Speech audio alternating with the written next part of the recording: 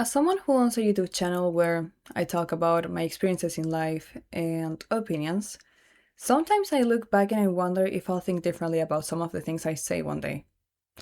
Like, what if in a month I decide I do want to date and I don't see myself single anymore? Or if I decide to go back to having structured routines because I realize they do me good? Or if I decide to try Hinge for a while? And that's one thing that's been on my mind lately: change. Maybe I should worry about being so confident in some of my decisions and perceptions publicly. But honestly, if I posted a video at that time, it's because it felt right and aligned with the woman I was back then. And that's one thing. We usually act based on the values and experience we had available at that time. So as time goes by, we're logically going to change. And that doesn't mean we were absolutely right or absolutely wrong before, just that we use the tools and knowledge we had at that moment, at that second, even if that hurts others or us. I moved a little so you can see my cat sleeping for a while we talk.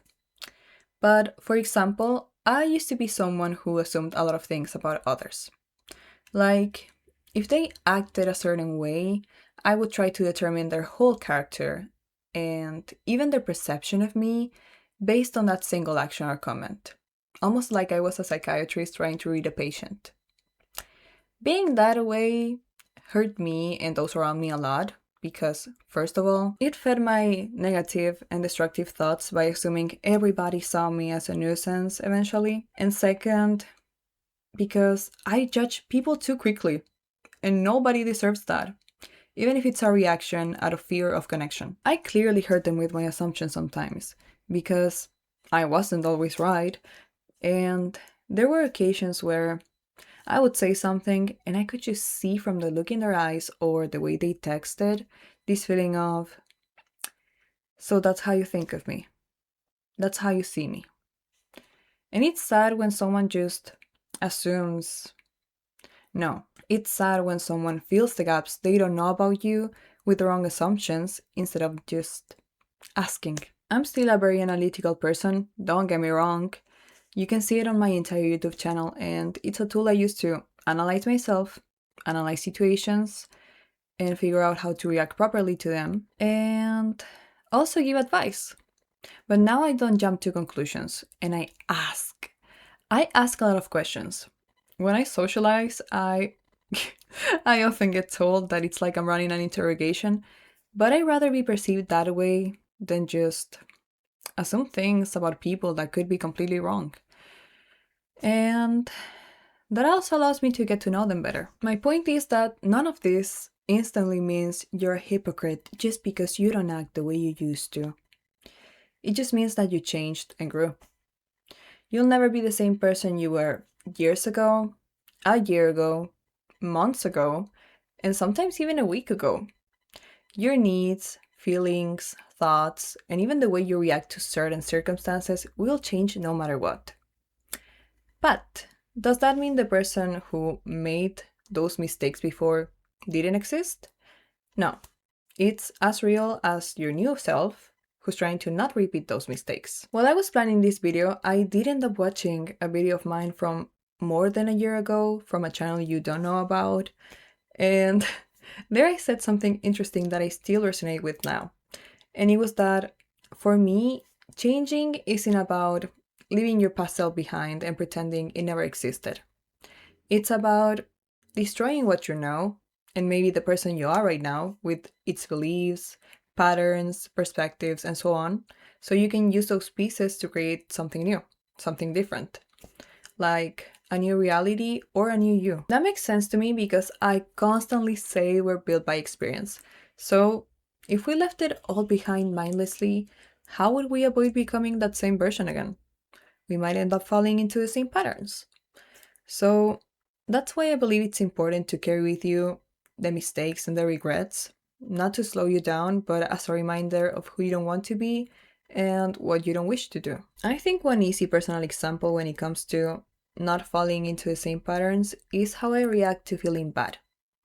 Before, when I was in a bad position emotionally or straight spiraling, I would often try to ignore it by being productive or, yeah, I use productivity a lot, shutting myself down, you know?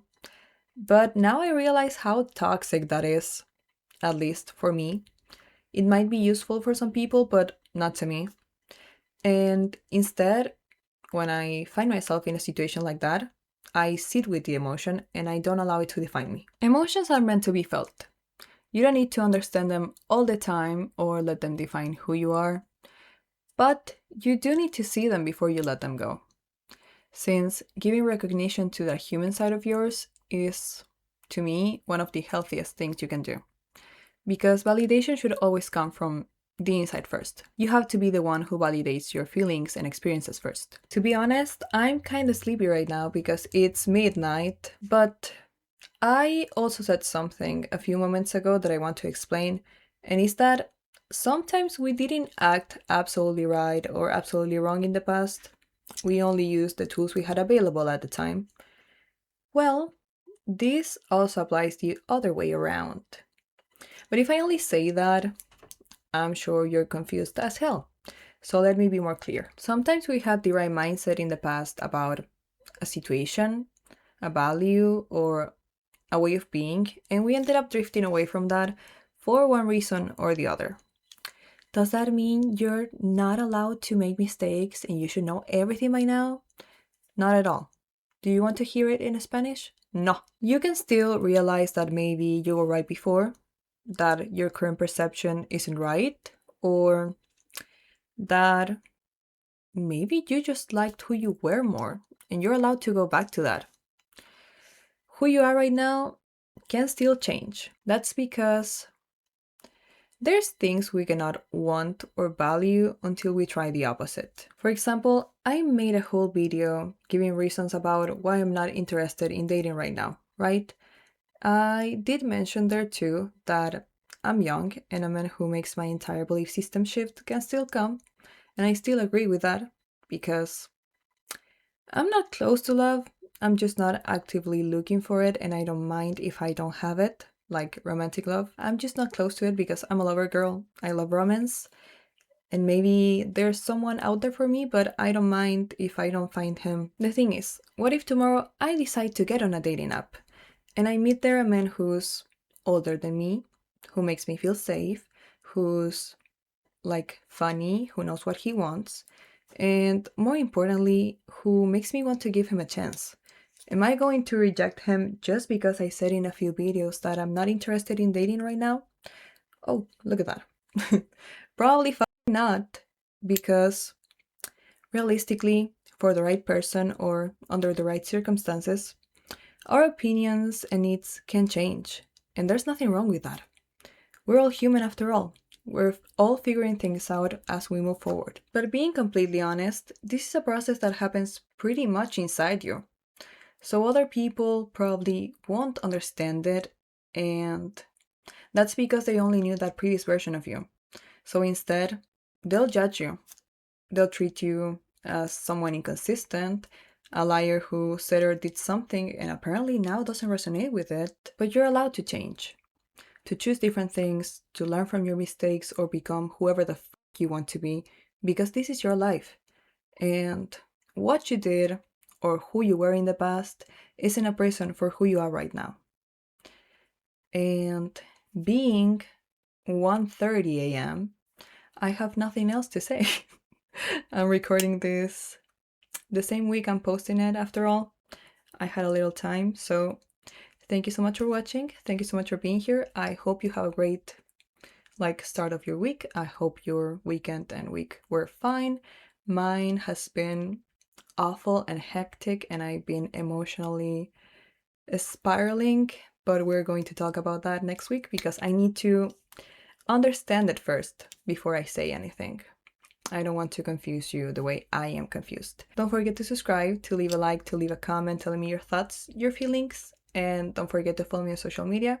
I have Instagram, I have TikTok, I have Threads. You can find everything in the description below. We'll see each other next week, and love y'all, and bye bye.